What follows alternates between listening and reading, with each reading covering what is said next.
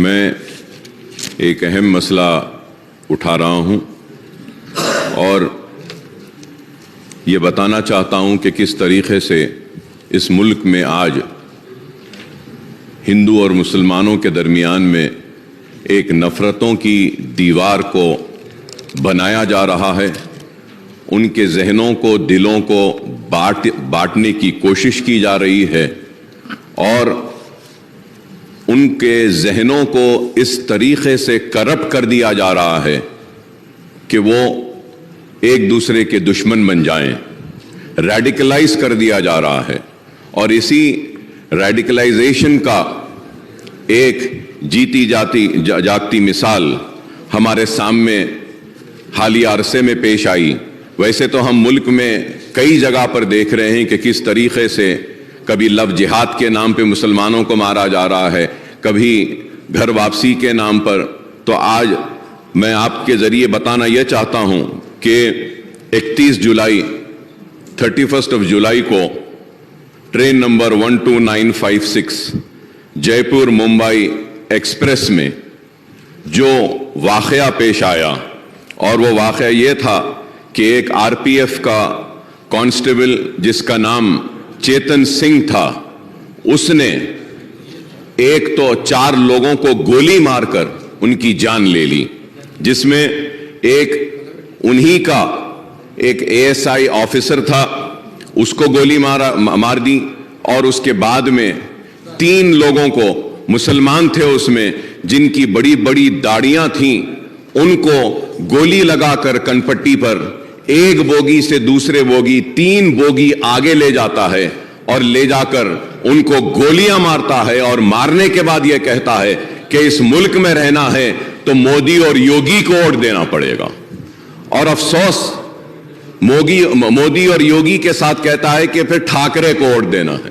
تو مسلمانوں کے ساتھ اتنی نفرت کیوں؟ اور وہ لوگ جو آج نفرت کی بنیاد پر اقتدار کو حاصل کر رہے ہیں یا پھر آنے والے کل میں اقتدار کو حاصل کرنا چاہتے ہیں،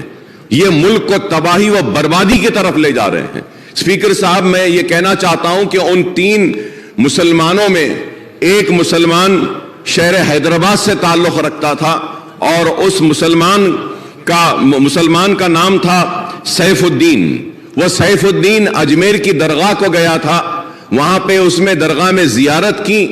اور اپنے مالک ایک چھوٹے سے موبائل کی دکان میں کام کرتا ہے،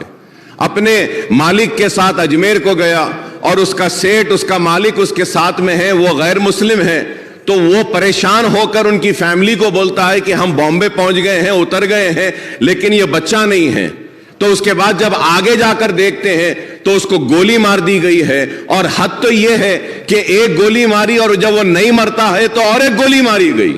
تو یہ نفرت ہے کہ آج تلنگانہ ریاست میں ہم ایسی طاقتوں کو روکنے میں 9 برس میں کامیاب ہوئے ہیں، اور انشاءاللہ آگے بھی ہم ان کو روکیں گے، ان کو شکست دیں گے۔ ہم ان کو بتائیں گے کہ تلنگانہ میں ہندو مسلمان آپس میں محبت کے ساتھ رہتا ہے، اور آج ملک کو کیا چاہیے؟ ملک کو ترقی چاہیے، ملک کو خوشحالی چاہیے، ملک کو بے روزگاری کا خاتمہ چاہیے۔ آج اس کے اوپر توجہ نہیں ہے، بس صرف نفرت نفرت نفرت کی بات کرتے ہیں۔ تو میں آپ کے ذریعے حکومت سے میں درخواست کرتا ہوں، ریکویسٹ کرتا ہوں کہ سیف الدین جو بازار گھاٹ میں رہتا ہے، اس کے 3 لڑکیاں ہیں،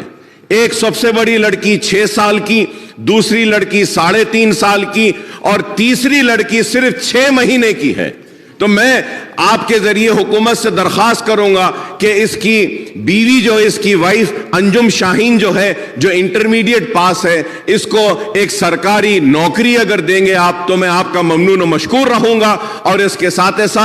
2 بیڈ روم کا فلیٹ اگر ملک پیٹ میں یا چندرائن گٹے میں جہاں بن رہا ہے وہاں پہ ایک 2 بیڈ روم دیں گے، اور کچھ نہ کچھ امداد اگر ریاستی حکومت کی جانب سے ان 3 معصوم بچیوں کے لیے اور اس کی بیوی کے لیے اگر دی جائے گی تو ایک اچھا میسج جائے گا، اور ہم بتائیں گے کہ یہ اس ریاست میں ہم فرقہ پرستوں کو کبھی آگے بڑھنے نہیں دیں گے، ہم ان لوگوں کو آگے بڑھنے نہیں دیں گے جو نفرت کی بنیاد پر